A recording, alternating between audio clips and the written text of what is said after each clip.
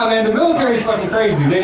We do some crazy ass dumb shit that you always kind of question, like, who thought of this thing? Because like, in every dorm you go to, or like any other DSN line phone you see, like there's a bomb threat list with like 9 questions on there that you're supposed to ask the bomber. You know what I mean? Like some bombers will call in like, yeah, I got a bomb in the building. So, oh, excuse me, sir, who are you? Where are you?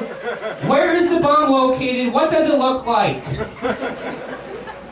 My name's Paul Smith. I'm in a Hyundai across the street. The bomb's in a, cardboard box is ticking. Excuse me, sir, what is your phone number? Yo, that's way too far, man. I don't even know you, son. Now, this dude is like, he does some unquestionably unblack things, you know what I mean? Like, you just question yourself, like, is this dude really black? You know what I'm talking about, Daryl. You know exactly what I'm talking about. Like, is this dude really black? Because, like, one day I walked down and I saw him playing D&D. And this huge black dude playing D&D. And it just got me thinking, like, what the fuck? So I sat in on it, and this motherfucker's actually, the dungeon master, so he's making some crazy shit up. He's like, yo, so we at the trap house, right?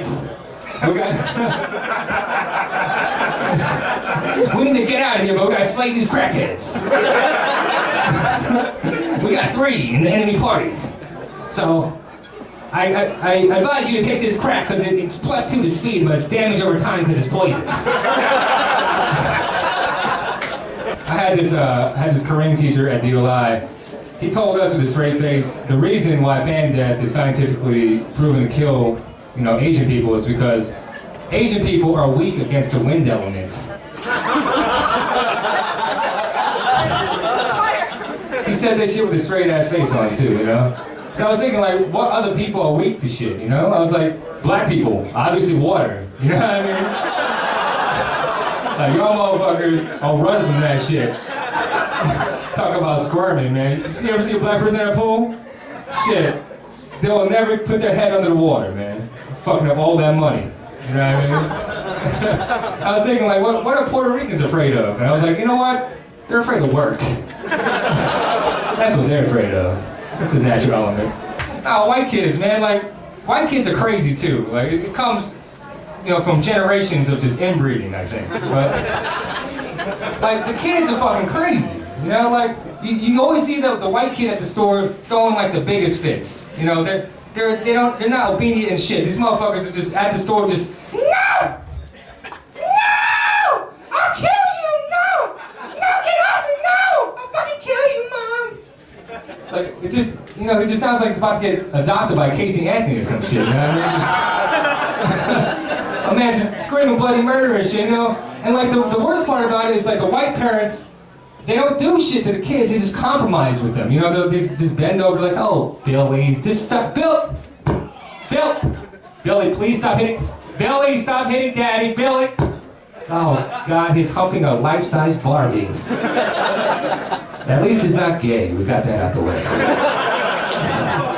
Like, it's crazy. I think white kids should take notes from Asian kids, because we got a couple things that are, unique with us. Because we have obedience to a point. Because we're patient with this shit. We wait in the fucking bushes, you know what I mean? We wait for that perfect moment to strike. It might be months, years, decades down the line. But we wait to get the most emotional damage out of our parents as possible. You know what I mean? We wait. I remember this one time, my sister was 16 and I was 18. And my sister walks in all happy and shit, she has a little swag to her. And my mom was upset because, you're not allowed to be happy in my house. You know what I mean? So she was just like, Angie, why are you so happy? Angie's like, oh, Mom, I'm in love with a black dude. My mom was fucking floored, right? And I knew that this was my time. My mom kind of looked like King Hippo on Punch Out. She's just like all vulnerable and shit. So I had to press start and star punch her fucking ass. Right then and there. I was like, Mom, guess what? I love a black dude too. So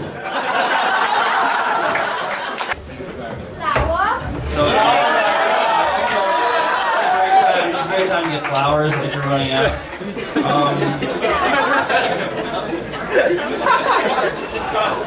Flower. Hey, flower. Flower. I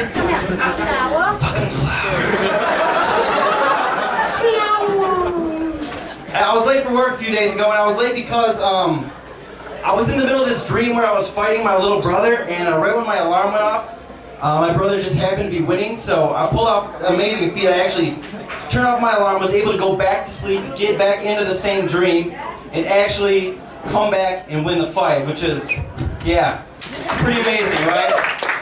Thank you. I do what I can. The coolest part was I get to work and I explain this is why I'm late, and the thing that surprised me was everyone seemed to think this was a perfectly good reason to be late. And I think that's because people know that, you know, A, family's important, and B, everyone loves a winner, I think. Anyway, I was riding a KTX down to Busan about a month ago, and they got these little KTX magazines that they put in the back of every seat, and I was reading through it. The back of the magazine has nothing but full-page articles about cosmetic surgeries you can get, like how to make your eyes look less Korean, a surgery to make your cheeks less Korean, but by far the best one, it was so amazing I found it, was called Yoseonghyung Yubangjung Laser Susul, which translates to laser bitch tits removal surgery. Oh my god, it's like the gold mine of advertisements. They had this before and after picture that was so amazing. There's a picture of this dude, right? It's for guys. And he had a little extra fleshy flesh around the testicles. Nothing too weird. Like being American, I guess I'm used to it. But the after picture, so awesome. They took away all his lumpage. He looked like a porcelain barrel that had been buffed. And someone came up and put two little brown nipples on him. Oh my god, he looked so pristine. Like, if this was a hot summer day and I saw him walking around without a shirt on, I would be tempted to go up and give him a lick. Because he looked refreshing, like in the picture. Swear to God. Fan death, just a quick tutorial on it. Apparently, is the belief that if you're in a closed-off room with all the doors and windows closed, with a fan, you will eventually suffocate.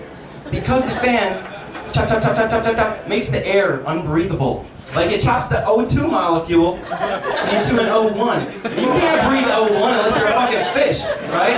You're not a fish, no. So in the Koreans, that's an old myth, but you do this sometimes. Talk to your younger Korean friends and ask them what they think about it, because they'll tell you, they'll be like, oh, that's a silly superstition. I don't believe in that, really. But I swear to God. Yeah, that was wrong. Okay. No, I'm gonna stick with that, Ruri. But you put that same Korean in a room with a fan and close off all the windows and just sit back and fucking watch them squirm. I swear to God. They'll treat you like the guy that brought a hand grenade into a party and he's like, okay, that's enough, please stop. Hello, everybody. Everybody nice and drunk yet? Not yet. Fuck. Okay. So a lot of people, when they find out that I live in Korea, they always go, oh, don't they eat dogs? And they get kind of pissed off about the fact that Koreans eat dogs, but yeah, I think they should be more pissed off about the fact that Koreans eat assholes. No kidding. The other day I was at some restaurant with my friends and we're sitting there looking at all the food that's on the table and we're asking what's this right here? And the lady, very classy, she just kind of looks around and just goes like that. Just points right up into her ass. And at first all I could think is just, oh my god, we're eating shit. And then I realized, oh no, it's just assholes. Never mind, it's not that bad, I guess. And then one of the girls at my table actually asked, what kind of assholes are they? And all I could say is, should it matter? They're fucking assholes. I mean, who's the first person to do that, by the way, you think? Some guy just sitting around on a farm, just seeing a bunch of animals just shitting everywhere, just going that's what I want right there.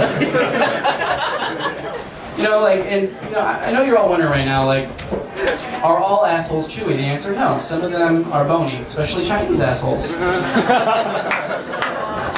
No Chinese folks in here tonight?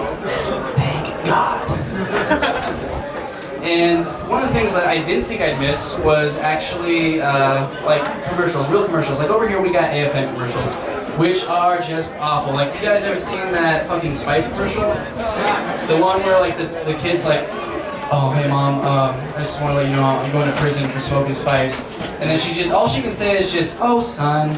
It's a fucking Leave It to Beaver kind of skit. It's just some regular fucking antics from he went and fucking watered his his neighbor's lawn was like some fucking anthrax or something. I don't get it. But you know, like when I see this commercial, it's like, who is seeing that and actually legitimately not wanting to smoke spice? Like, if they want to actually have a good commercial to make people not want to smoke spice, it should be a little bit more like this. Like, you have this guy sitting there, he's smoking spice, and all of a sudden his friend comes in and says, "Hey man, what you doing?" He's like, "Oh, just smoking spice." And he says, "That's cool. Hey, you should get to smoking this when you go to prison." And then he hands him a giant black dildo. And I say giant black dildo because if it's an Asian or a white dildo, I mean, who's going to be intimidated?